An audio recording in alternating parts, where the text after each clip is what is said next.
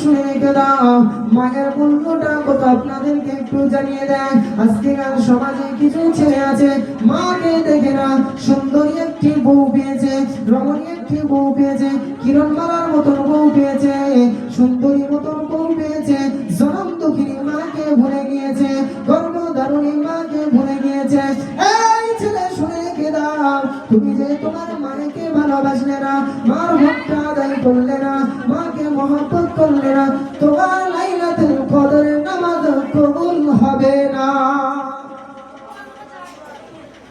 তোমার লাইলাতুল কদর, লাইলাতুল বরাত, মেরাজ, সবে কদর, সবে বরাত কিছুই আল্লাহর দরবারে কবুল হবে না মাকে যদি না ভালোবাসতে পারো। মুসলমানের ছেলেরা, ও জওয়ানেরা, যুবকেরা, আজকের সমাজে, আমাদের সমাজে কিছু তো দাজ্জাল ভাবি আসছে। তারা এসে দেখছে মায়ের মহব্বতটা ছেলের ভিতরে বেশি আছে, সঙ্গে সঙ্গে চলে গেল, গিয়ে একটু জাদু পানি করে নিয়ে চলে এলো, স্বামীকে ঘুরিয়ে বগলের ভিতরে ঢুকিয়ে নিল। ও মহিলা, শুনে রেখে দাও, তুমিও একদিন মা হবে। না না না, এমন কাজ করো না। মার কাছ থেকে ছেলেকে সরিয়ে নিও না। ছেলে যেমন মায়ের কাছে ভালো, বিবিকে ওরম ভালোবাসতে হবে, মাকে এমন ভালোবাসতে হবে। জনেরা, যুবকেরা, মা কত মূল্যবান, মায়ের দোয়াটা কত মূল্যবান, আপনাদেরকে একটু জানিয়ে দিয়ে যায়।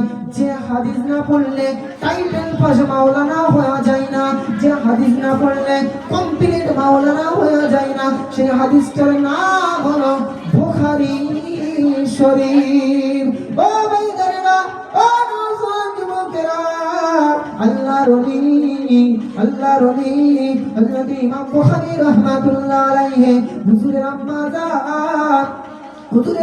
জান শুধু নামাজ তারা 5 ওয়াক্ত পড়তেন না।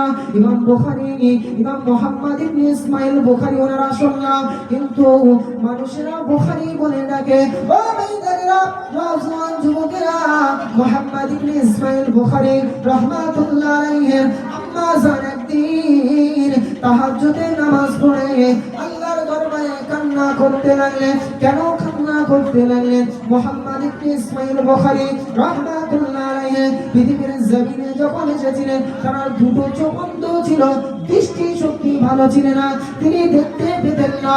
ও ভাইজানেরা, নওজওয়ান যুবকেরা, মুহাম্মদ ইবনে ইসমাইল বুখারী আম্মা জান, মুহাম্মদ ইবনে ইসমাইল বুখারী আম্মা জান আমার আল্লাহর দরবারে তিনি সমস্ত ডাক্তারদেরকে দেখিয়েছে, নামি দামি ডাক্তারদেরকে দেখিয়েছে। ডাক্তারদেরকে যখন চেক আপ করলেন, পরীক্ষা করলেন, ডাক্তাররা বললেন, এই মুহাম্মদ ইবনে ইসমাইল বুখারীর মা, শুনে রেখে দাও, তোমার ছেলের দৃষ্টি শক্তি আমরা ফেরাতে পারবো না। তোমার ছেলের দৃষ্টি শক্তি আমরা ফেরাতে পারবো না, কেননা জন্মে থেকে অন্ধ। এমন সময় মুহাম্মদ ইবনে ইসমাইল বুখারীর আম্মা জান গভীর রাতে তাহাজ্জুদের নামাজটা পড়ে আল্লাহর দরবারে হাত খানা তুলে কাঁদতে লাগলেন। ও রব্বুল আলামিন, আল্লাহ পাক, আমি যে ইসমাইল বুখারীর মা, তোমার দরবারে হাত তুলেছি। ও রব্বুল আলামিন, আল্লাহ পাক, আমার মুহাম্মদ ইবনে ইসমাইল বুখারীর চোখটাকে তুমি ভালো করে দাও আল্লাহ, দৃষ্টি শক্তিটাকে তুমি ভালো করে দাও আল্লাহ, কেননা আমার ছেলে যে ইতিম ছেলে, আমার বেটা যে ইতিম বেটা।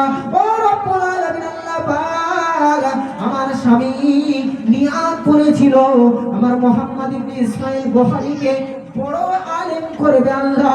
ও রব্বুল আলামিন, আল্লাহ পাক, আমার মুহাম্মদ ইবনে ইসমাইল বুখারীকে দৃষ্টি শক্তি তুমি ফিরিয়ে দাও। এমন সময় গভীর রাতে যখন ঘুমিয়ে পড়লেন মুহাম্মদ ইবনে ইসমাইল বুখারী আম্মা জান, যখন ঘুমিয়ে পড়লেন, ঘুমন্ত অবস্থায় তিনি স্বপ্নখানা দেখতে পেলেন। তিনি ঘুমন্ত অবস্থায় স্বপ্নখানা দেখতে পেলেন আল্লাহ পাকের নবী হযরত ইব্রাহিম আলাইহিস সালাম। তিনি স্বপ্নের মধ্যে এসে ইসমাইল বুখারীর মাকে বলতে লাগলেন, এই মুহাম্মদ ইবনে ইসমাইল বুখারীর মা, শুনে রেখে দাও, তোমার দোয়াটা আমার আল্লাহর দরবারে কবুল হয়ে গিয়েছে। তুমি যে মা দোয়া করেছো ছেলের জন্য, আমার আল্লাহ দোয়া ফিরতে পারে না। মুহাম্মদ ইবনে ইসমাইল বুখারীর মা শুনে রেখে দাও, আমার আল্লাহ পাক তোমার ছেলের দৃষ্টি শক্তিটা ফিরিয়ে দিয়েছে। তাহলে মায়ের দোয়াটা বড় না ছোট? আজকে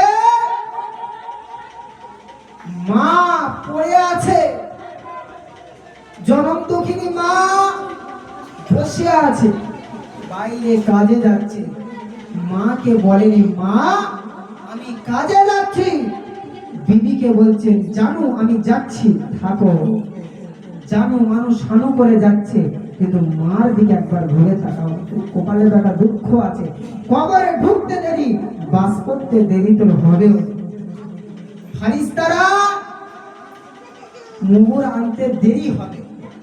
তোমাদের এখানে যে বাঁশ দেয় আমাদের দক্ষিণ 24 পরগনায় সির্ফ একটা বাঁশ চেরাই করে পাতলা করে আগর মতন করে দিয়ে দেয়। তোমাদের এখানে যে বাঁশ দেয় মুগুর বাঁশ দেয়, ফারিস্তারা ওই মুগুর আনার আগে এগুলো শেষ করে দেয়। খুব সাবধান, সতর্ক, মাকে ভালোবাসো, মাকে মহাব্বত করো, মায়ের পায়ে চুমু খাবে।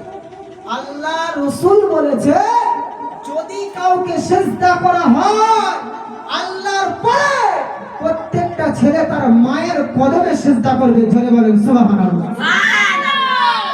প্রত্যেকটা ছেলে যদি সিজদা করতে হয় আল্লাহর পরে তার মাকে সিজদা করবে। আর মাকে তো ভুলে যাচ্ছে, মা কি খাচ্ছে যাচ্ছে দেখার দরকার নাই। আসে মূল আলোচনায় যা। এমন সময় ইসমাইল বুখারীর মা কি করলেন, ছুটতে উনি গিয়ে ঘরের দরজাটা খুলে মুহাম্মদ ইবনে ইসমাইল বুখারী রাহমাতুল্লাহ আলাইহি ঘরের ভিতরে প্রবেশ করলেন। উনি দেখছেন ওনার ছেলে চোখের দৃষ্টিটা আমার আল্লাহ ফিরিয়ে দিয়েছেন। জোরে বলেন সুবহানাল্লাহ। ও ভাইরা, ও জানেরা, যুবকেরা, ও মুরব্বিয়ানেরা, কোন ইমামে বুখারী আপনাদেরকে একটু শুনিয়ে দিয়ে যায়। মায়ের দোয়াটা কত বড়, মায়ের দোয়াটা কত আলা আপনারা শুনে রেখে দেন। মা যদি বা ছেলের জন্য দোয়া করে আমার আল্লাহ সেই দোয়া ফেরত দেয় না। মাকে কষ্ট দিও না বাবা, মাকে কষ্ট দিও না বাবা। ও ভাইরা, ও যুবকেরা, ইমাম বুখারী রাহমাতুল্লাহ আলাইহি চোখের দৃষ্টিটা আমার আল্লাহ ফিরিয়ে দিলেন। মা বললেন আল্লাহ আমার ছেলেকে আমি আলেম বানাবো। কেমন আলেম হয়েছিলেন, 1000 2000 নয়, 1000 2000 নয়, 3 লক্ষ হাদিস সনদ সহ মুখস্থ তার ছেলে হয় না। মায়ের দোয়ায় 1-2000 নয়, 3 লক্ষ হাদিসের সনদ সহ তার মুখস্থ ছিল। জোরে হবে না সুবহানাল্লাহ। মা কত মূল্য বুঝতে পারছে, মা এমনই মূল্য।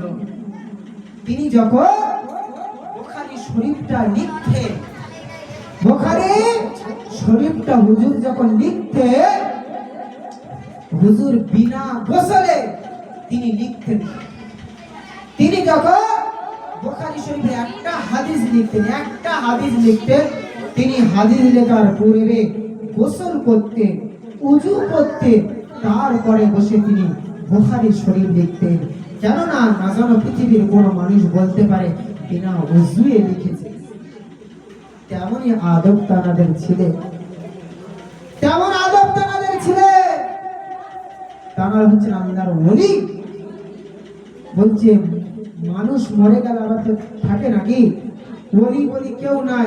শোনো, ইমাম বুখারী রাহমাতুল্লাহ আলাইহি যখন ইন্তেকাল করেছিলেন, তাকে যখন দাফন করার জন্য জানাজার পরে কবরস্থানের কাছে নিয়ে গেলেন, নিয়ে গিয়ে ওনাকে ওনাকে কবরে দাফন করবে, দেখছে ওনার কবরের চতুর্দিকে যে মাটিগুলো খুঁড়ে রেখেছে, ওই মাটি থেকে মিসকে আম্বারের মতন খুশবু বেরোচ্ছে। জোরে হবে না সুবহানাল্লাহ?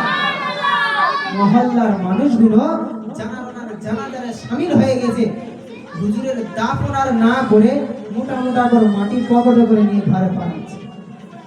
মানুষ ফাঁকা হয়ে যাচ্ছে, মাটি শেষ হয়ে যাচ্ছে, কেউ মাটিটা শেষ বেরোচ্ছে, পকেটে করে মাটি করে নিয়ে চলে যাচ্ছে। এনারা হচ্ছে আল্লাহর ওলি মানুষ। আল্লাহর ওলি, আল্লাহর ওলিকে মানতে হবে, ওলিকে বিশ্বাস করতে হবে। ওলিরা হলো আল্লাহর বন্ধু। ওলিকে যারা মানে না, পীরকে যারা মানে না, তাদের পীর হলো শয়তান।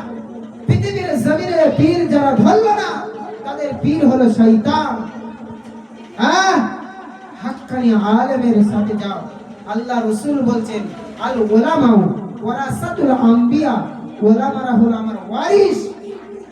ওলামারা হলো আমি ওই রাসূলুল্লাহ আমার ওয়ারিস। হাক্কানি আলেমের সামনে যদি কেউ বসে, তার মুখের দিকে তাকায়, আমার আল্লাহ তার সাগীরা গুনাহগুলি maaf করে দেয়। জোরে বলেন সুবহানাল্লাহ। হাক্কানি আলেম কারা চিনবে কি করে? মূল্যবান আলোচনায় যাব, সময় এখন অনেক আছে, মূল্যবান আলোচনায় যাব। হাক্কানি আলেম